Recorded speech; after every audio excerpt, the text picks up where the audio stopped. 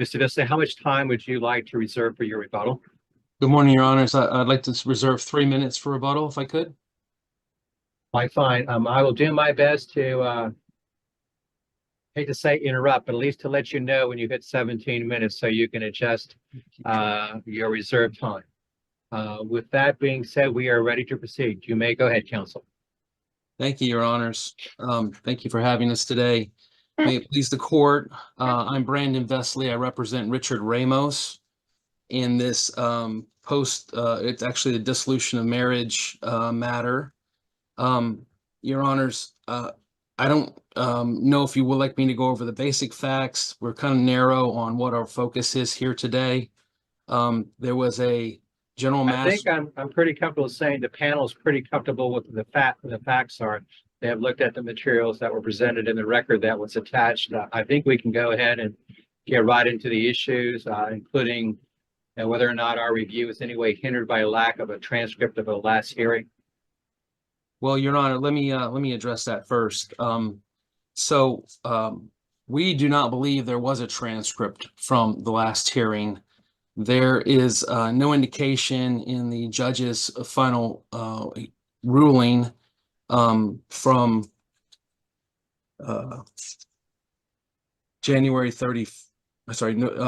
9th, 2023.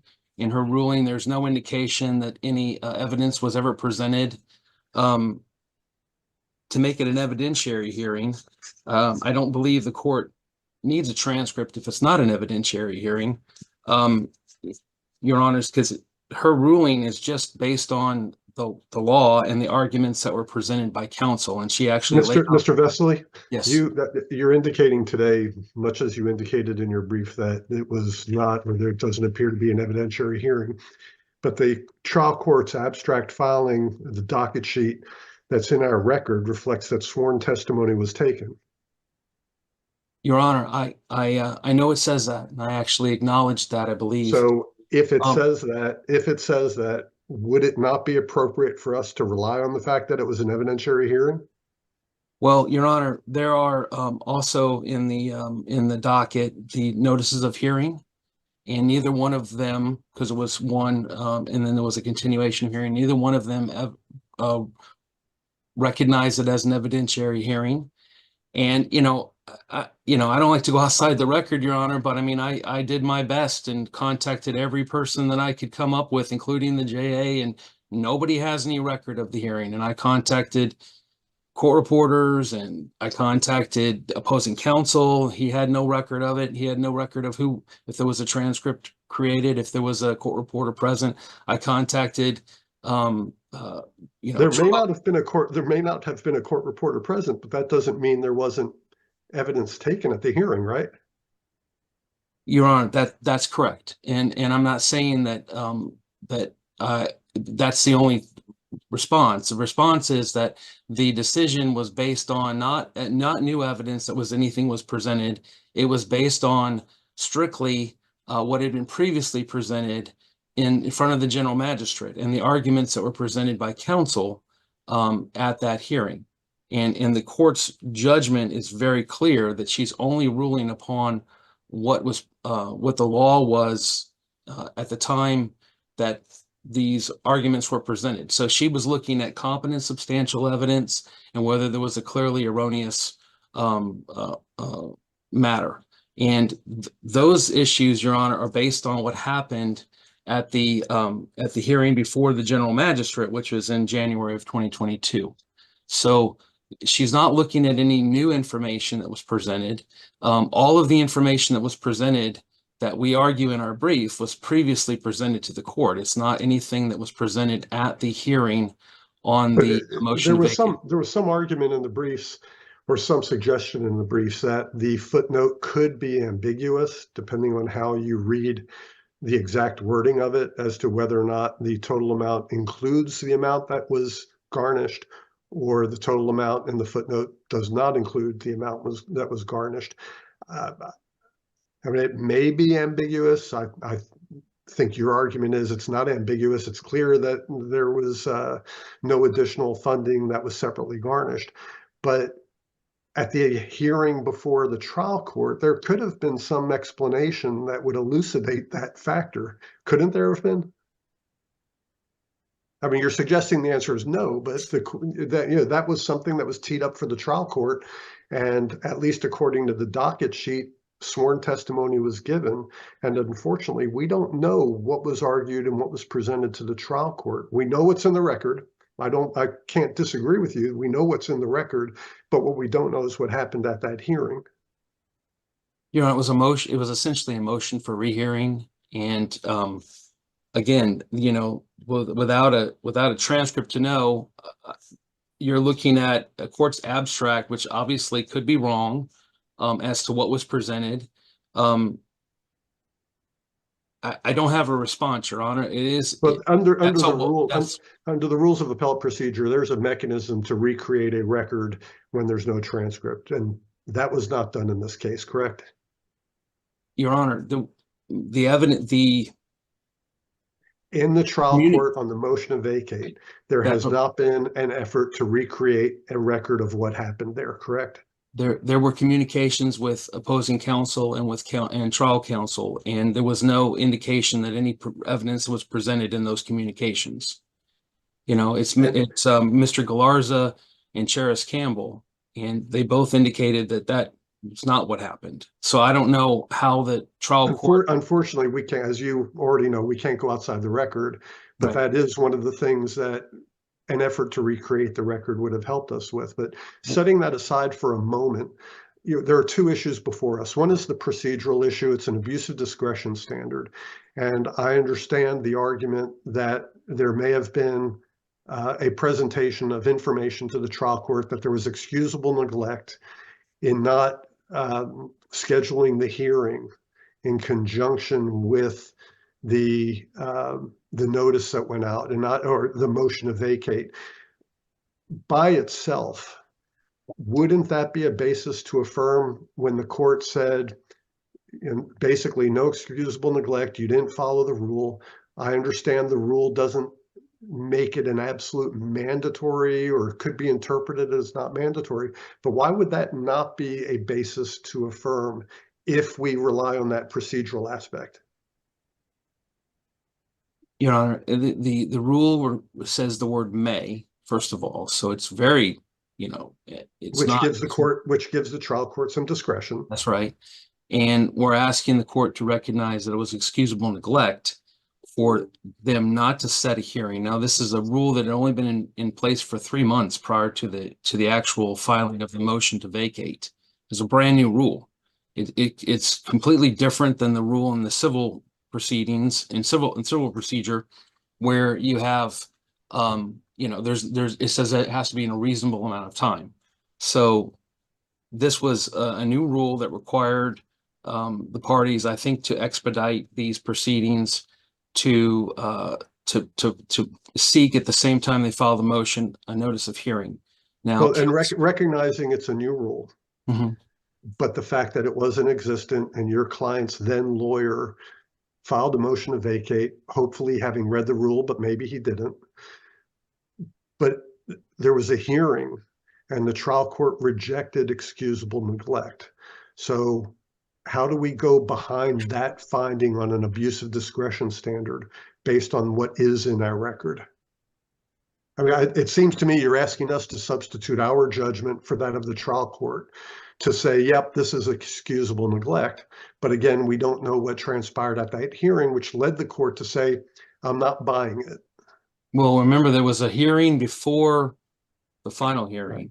And at that hearing, the court granted the motion to vacate without indicating any, you know, what. But there was a timing. There was a timing issue on even filing the motion to vacate, if I remember. And the response was the days were not counted correctly. We're entitled to a hearing. The court ruled there's no specific finding. Again, I understand you weren't trial counsel. And if you were trial counsel, you might have said, Judge, we need some specifics here because there are a lot of balls in the air. And unfortunately, again, as an appellate court, we don't have the luxury of going behind the record that is before us. Understood, Your Honor, but the order is not specific from the 11 November 3rd order. It just says that it's granted, and the two arguments that were raised were that A, it was timely, and B, that she had, excusable neglect because she was trying to get the transcript, which, there's another rule. It's 12.490F that also requires that you present the transcript not less than 48 hours before the hearing. So in order for her, Which does not prevent the filing of a notice of hearing or a request to schedule a hearing, because you still have 30 days, 28 days, 25 days, whatever, to get and file the transcript or ask for an extension of time, which we know didn't happen here, or at least it appears didn't happen here from our record.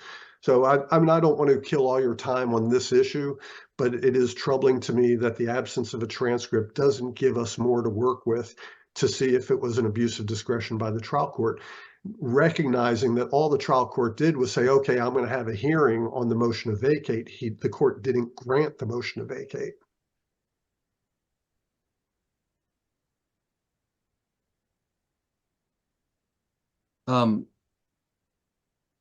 The order says, and I'm reading directly from the order from 11/3/2022.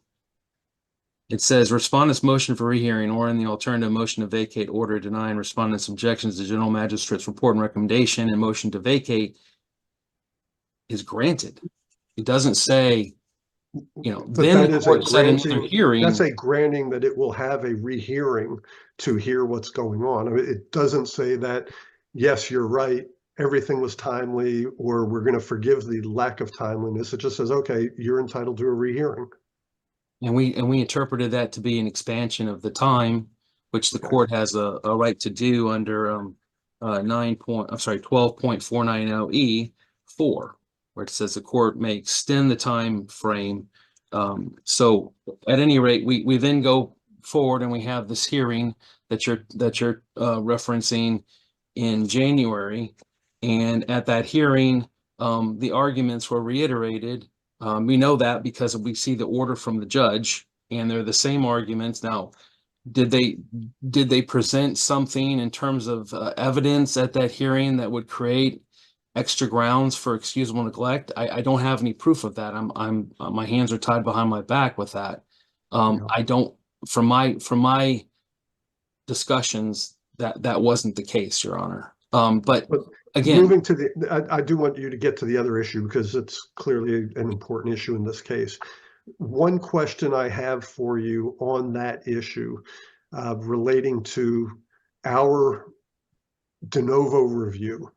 Are we entitled to review exactly what the trial court did to determine whether there was competent substantial evidence, or are we limited to reviewing, did the trial court conduct the review that it was supposed to do, and there's nothing suggesting it failed in some way?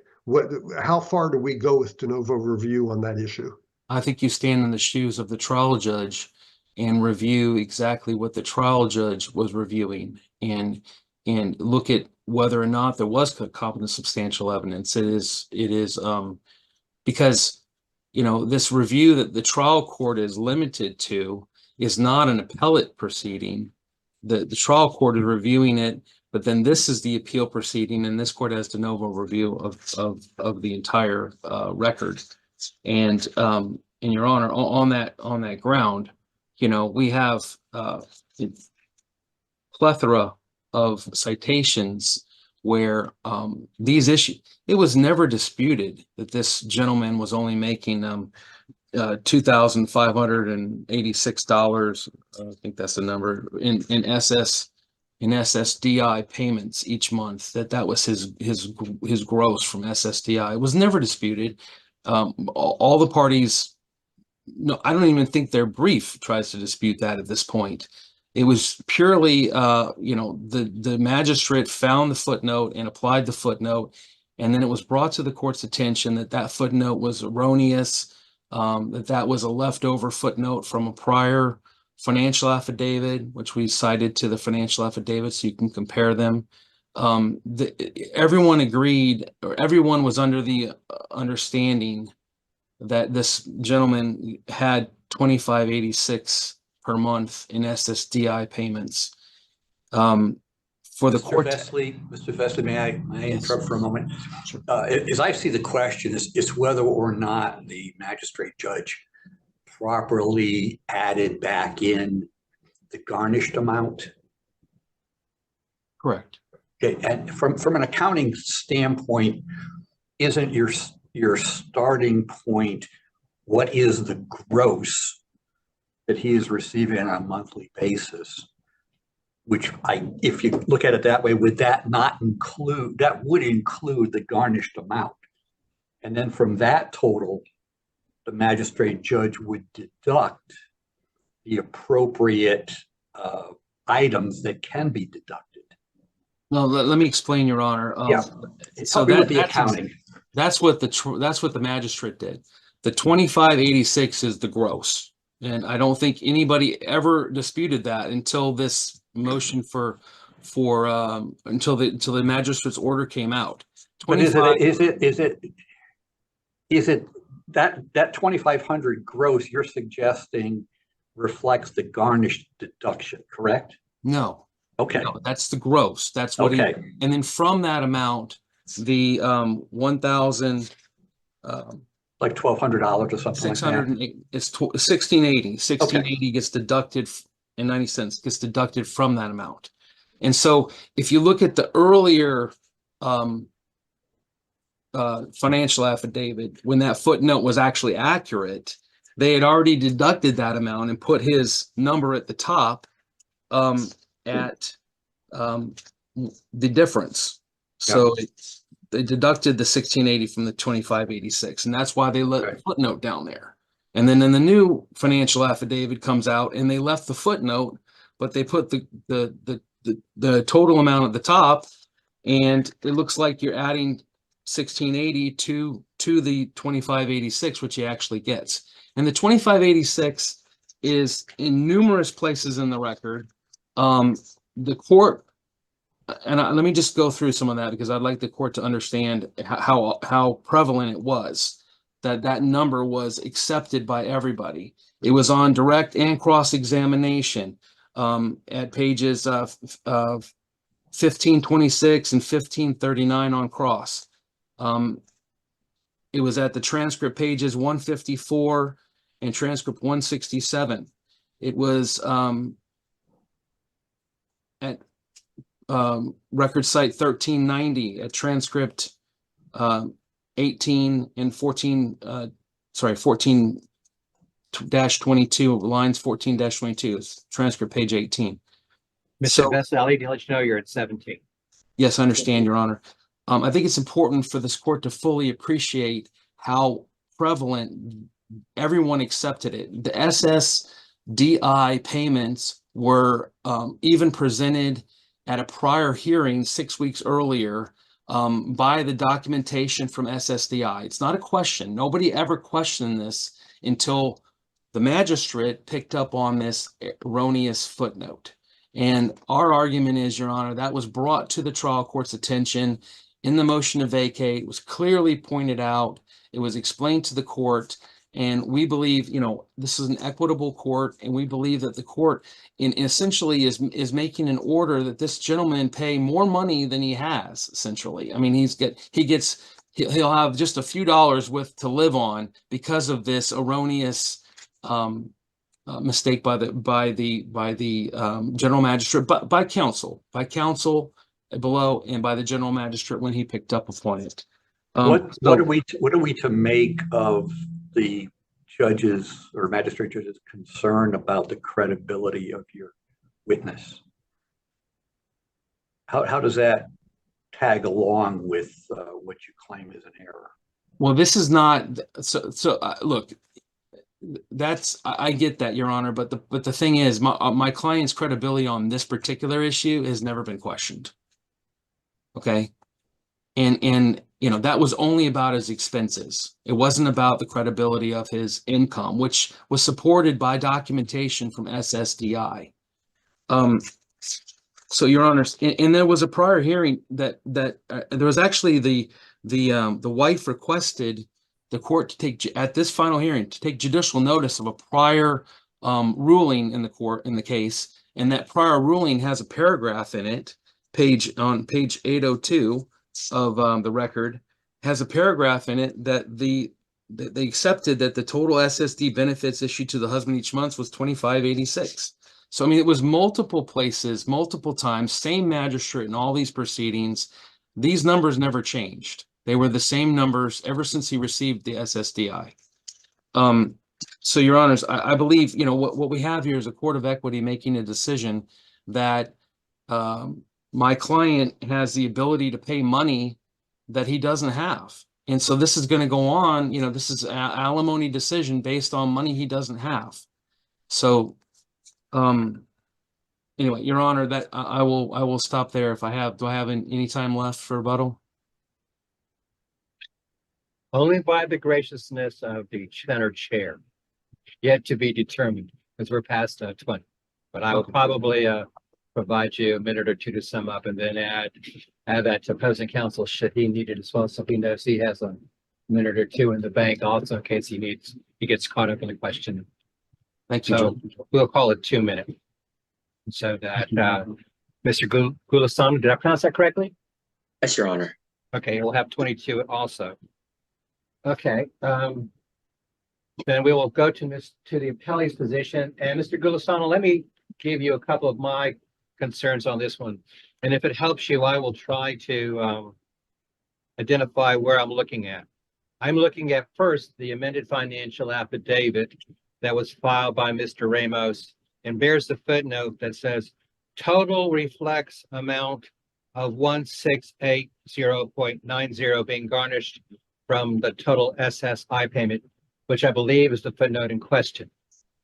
My second concern on that point or subpoint is paragraph 63 of the magistrate's proposed order adopted by the court. It says presently the husband receives $25.86 per month in supplemental security income benefits, but his financial affidavit indicates that the husband receives that amount each month after the 1680.90 is garnished from his benefit payment. My first concern is looking at the language of paragraph 63. The magistrate is not relying upon any oral testimony for his conclusion regarding the footnote. He was regarding solely on the footnote. Is that a correct read? That does seem to be the case, correct, Your Honor. Next question is, since we're becoming textualist, if you will, the word but appears. It sounds like that is in contradiction to that. And if we are dealing with that as being in contradiction to, it assumes that he doesn't find the financial affidavit accurate, but he rather relies on the footnote as a form of impeachment. Is that right? I believe so, Your Honor. Okay. My understanding when you impeach someone's testimony is not just that the first one is false, but they are both false. If they are both false, where's the competent substantial evidence to support the magistrate's ruling that's being reviewed by the trial court?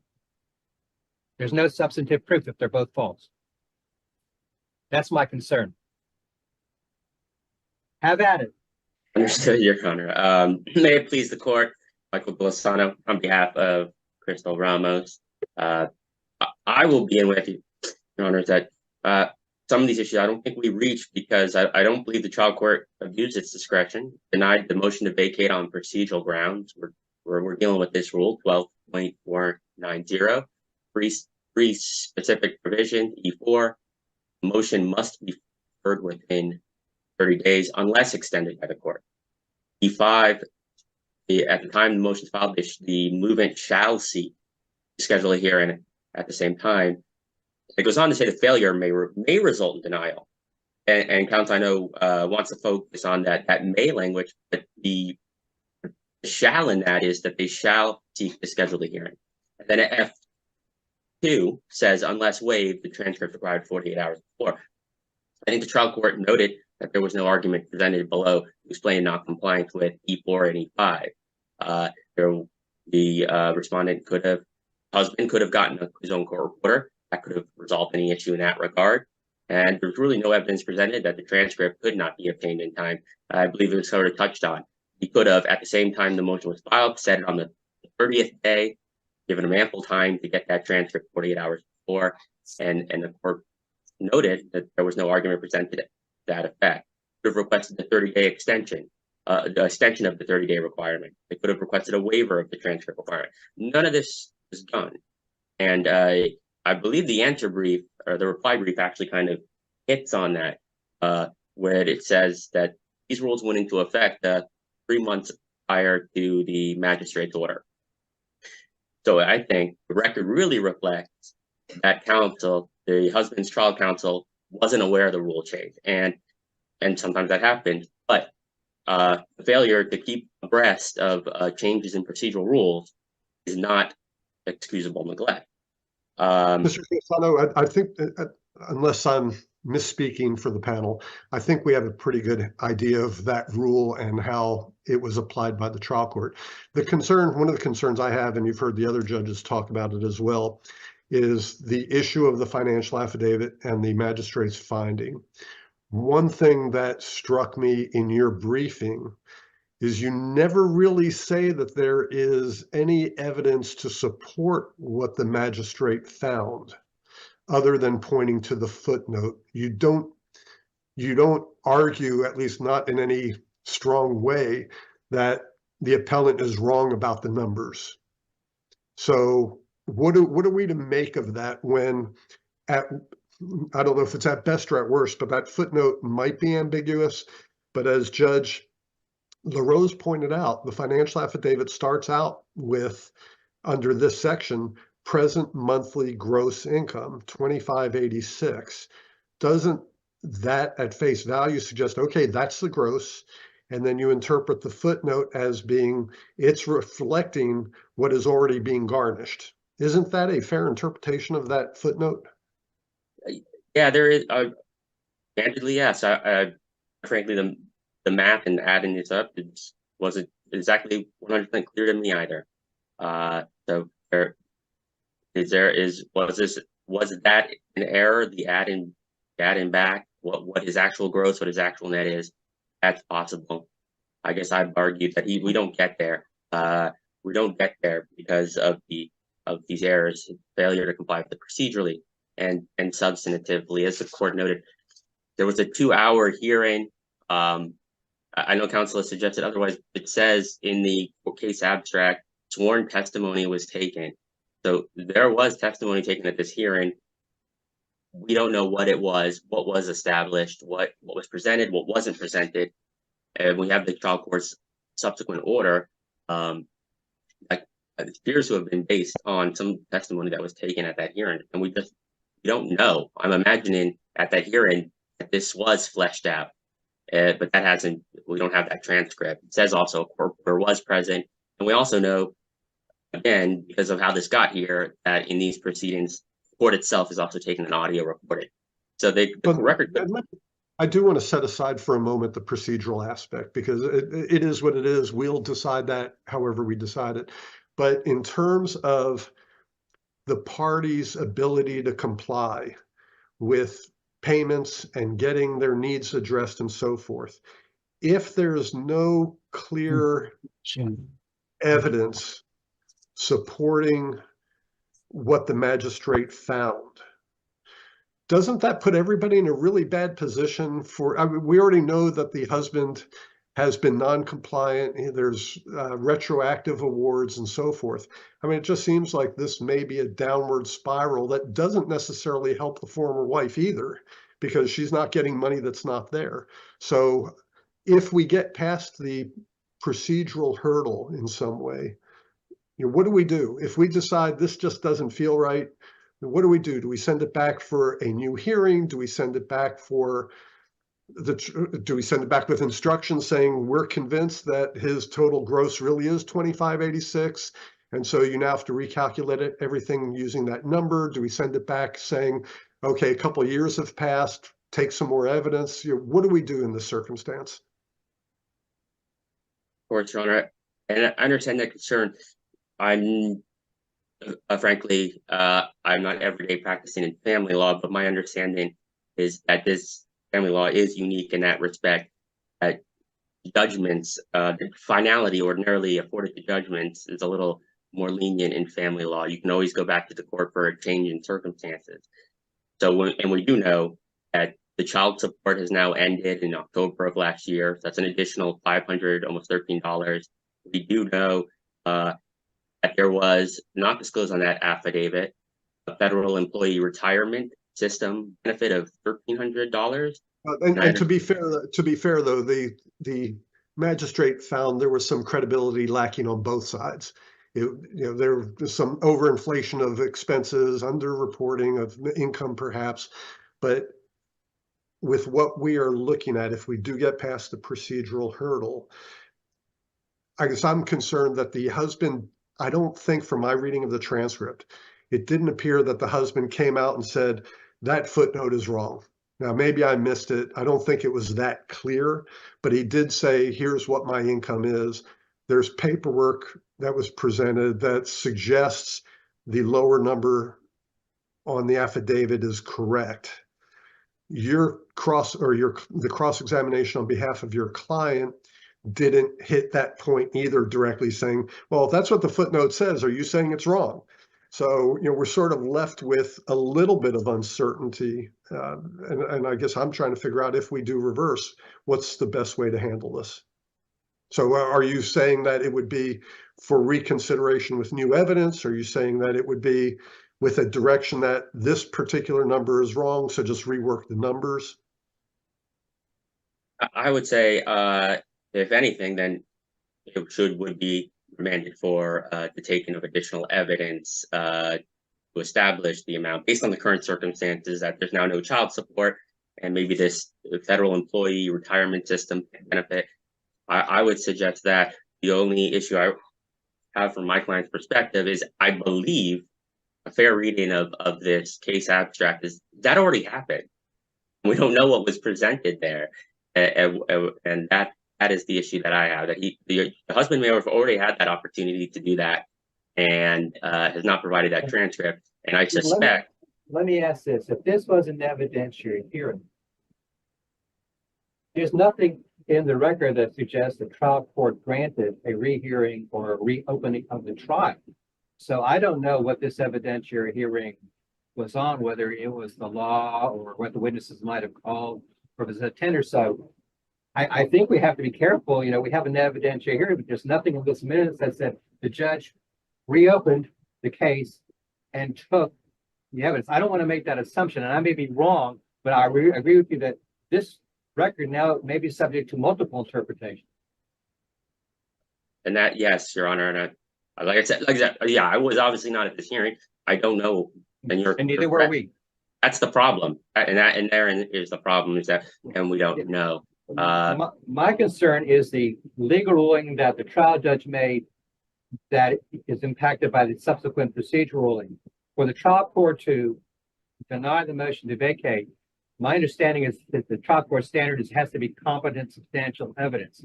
And if there is competent substantial evidence, setting aside the time limit of the rules, the trial court would deny the motion.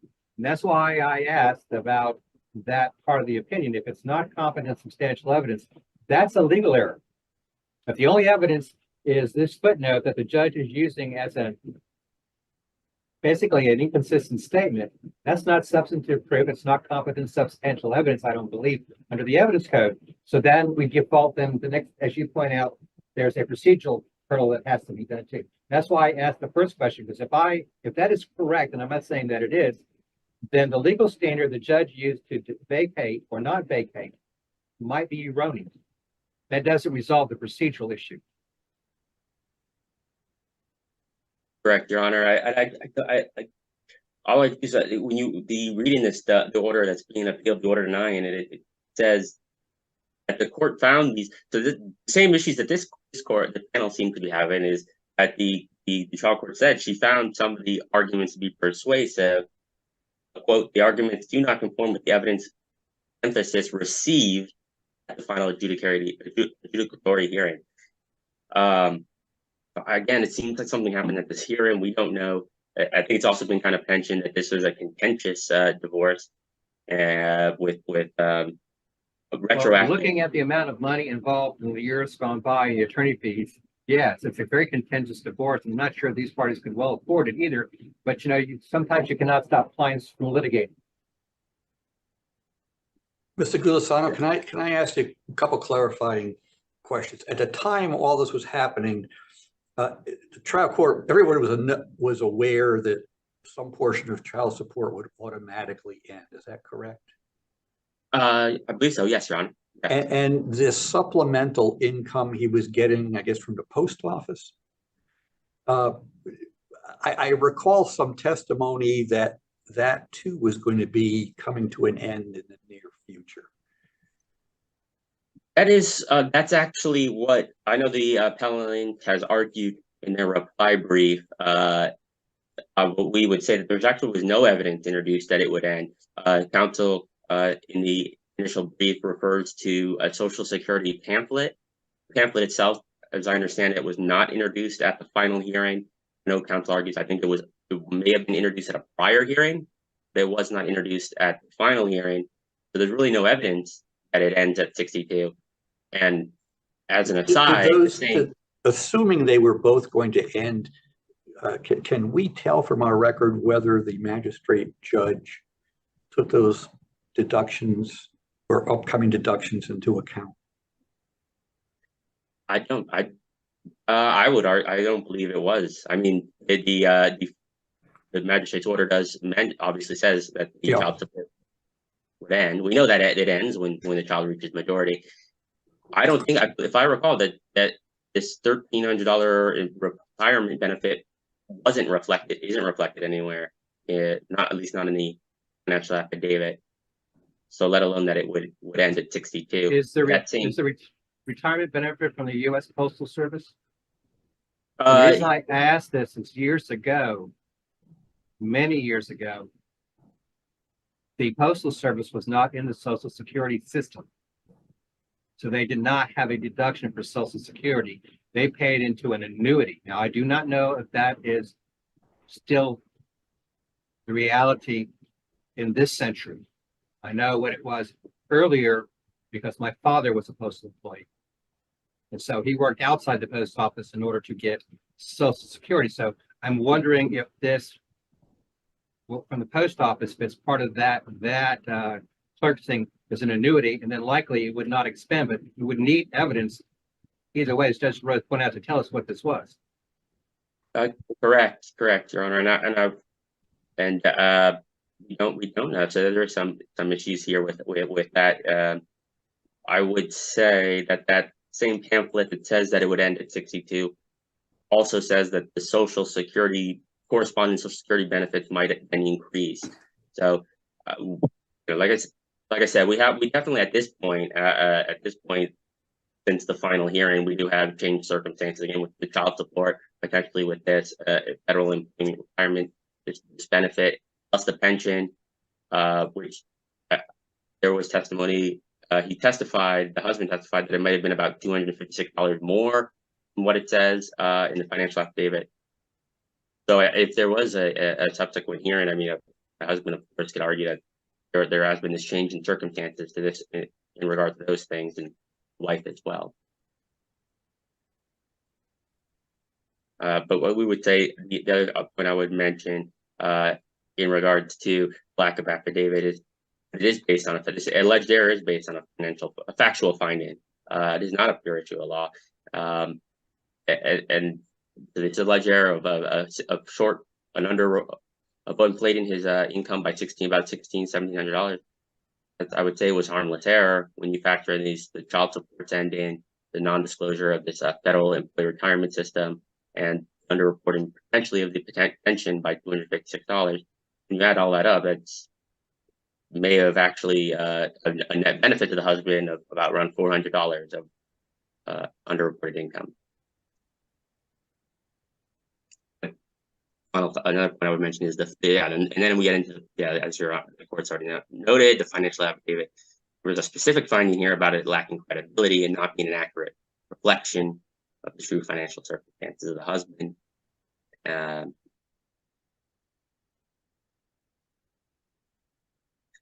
I think when the court entered the rehearing, that was just acknowledged in that court did make that error in calculating the 10-day deadline to file the objection. And the counsel suggested that was a de facto extension. I don't believe so. I believe the court acknowledged it was a timely filed, and therefore he was entitled to a hearing, which he got. He got that hearing, but still subject to those procedural issues that the court initially noted.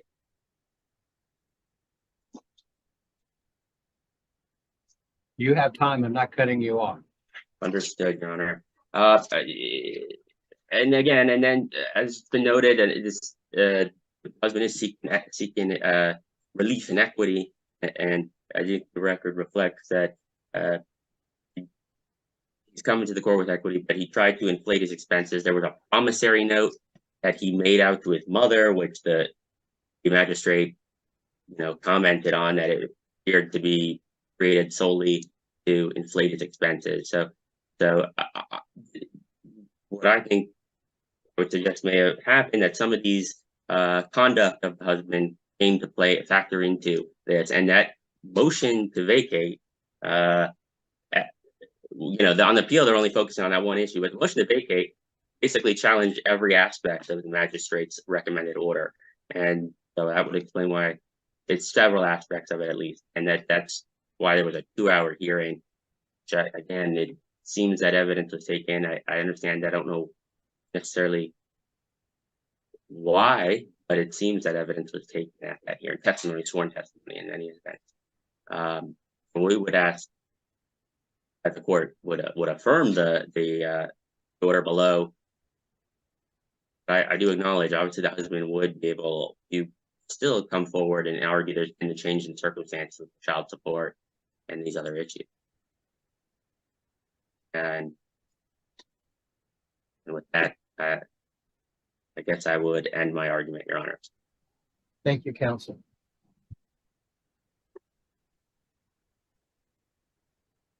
Your Honor, Mr. Vesely, let's assume that there's no serious opposition to the notion that it's $2,500, whatever it is. Tell me the best intellectually honest way to get around the procedural problem.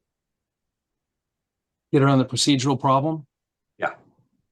Your Honor, it's excusable neglect. She made it very clear when she argued before the court, and it's in her motion as well, that she was trying to balance these two rules. And one rule requires her to present a transcript. The other rule says that you have to do something within a period of time.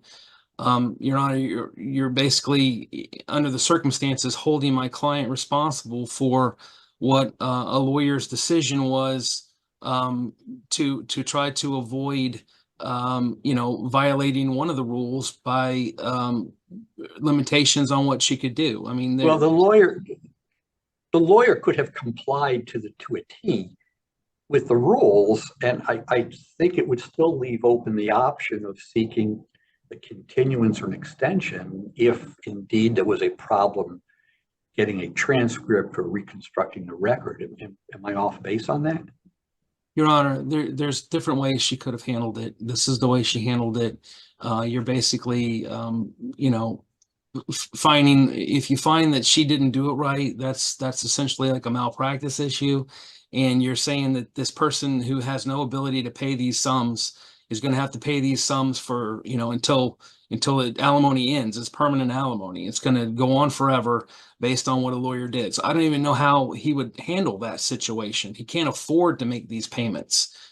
She didn't present the request for a hearing contemporaneously with her motion to vacate. But she had an excuse for why she didn't do that. And I believe it should be considered excusable neglect when she was trying to obtain the transcript, and she informed the court that, the audio recording was delayed. So that's where she was. And I wasn't present for that, but I can definitely see where somebody could make that determination and then just wait and set a hearing when she knows that she can have the transcript in hand. And also having a transcript oftentimes helps you decipher whether you need to go forward with the motion to vacate. So there's a lot of reasons why I disagree with the rule itself. Obviously, that's not before the court today, but it's not part of the civil rules. It's a requirement that was placed on these rules 3 months before this happened. And Your Honor, I think she has presented enough information to say that it was excusable neglect on her part to not actually ask for a hearing at the time. And, that's putting all the procedure before the substance here, Your Honor. This was a mistake that occurred that is going to have ramifications in this case from here on out. He can possibly try to modify later on, but I mean, in the meantime, he is running into huge amounts of arrearages on a every monthly basis. And then also, Your Honor, just to kind of respond to a couple of points, I agree, this court should send it back. If there are other things that they pointed out in their brief that weren't done, it would be an opportunity for them to be corrected as well. So, I'm all in favor of sending this back and having the trial court recalculate alimony and child support and the arrearages. The arrearages obviously is something that a court has a lot of control over based on parties' income. So, the court can go back and recalculate this. So this person, my client, can actually have enough money to live on a monthly basis. And he's not falling into further and further debt as a result of what was clearly a mistake. There's no question this was a mistake. If you look at the other financial affidavit that I've cited to you, that's also part of the record in this case, it shows you that the exact same footnote was there and a different gross sum at the top. Because I mean, the number at the top was deducted based on that prior financial affidavit. The 1680 was deducted from the number at the top in the prior financial affidavit. In this net financial affidavit, that was the number. It was 2580. And so, Your Honor, Thank you, Mr. I think we have gone well past 2 moments, but I'll pause here. Does any other judge wish to make an inquiry? I don't want to close it off. The judge is not a question. There doesn't appear to be any other. I think we have taken care of all the time constraints in this. I thank you both for your presentation today. It makes for an interesting possibility here. As you have talked about this case, one wonders how one would be held in contempt if one has to make an legally incorrect payment that one can't afford. But that hopefully will not happen. We'll see what happens. I thank you both. thank Stay you very well much for your time. and have a good day. Thank you, Your Honor. That will be in recess. I have sent scheduled material for the panel.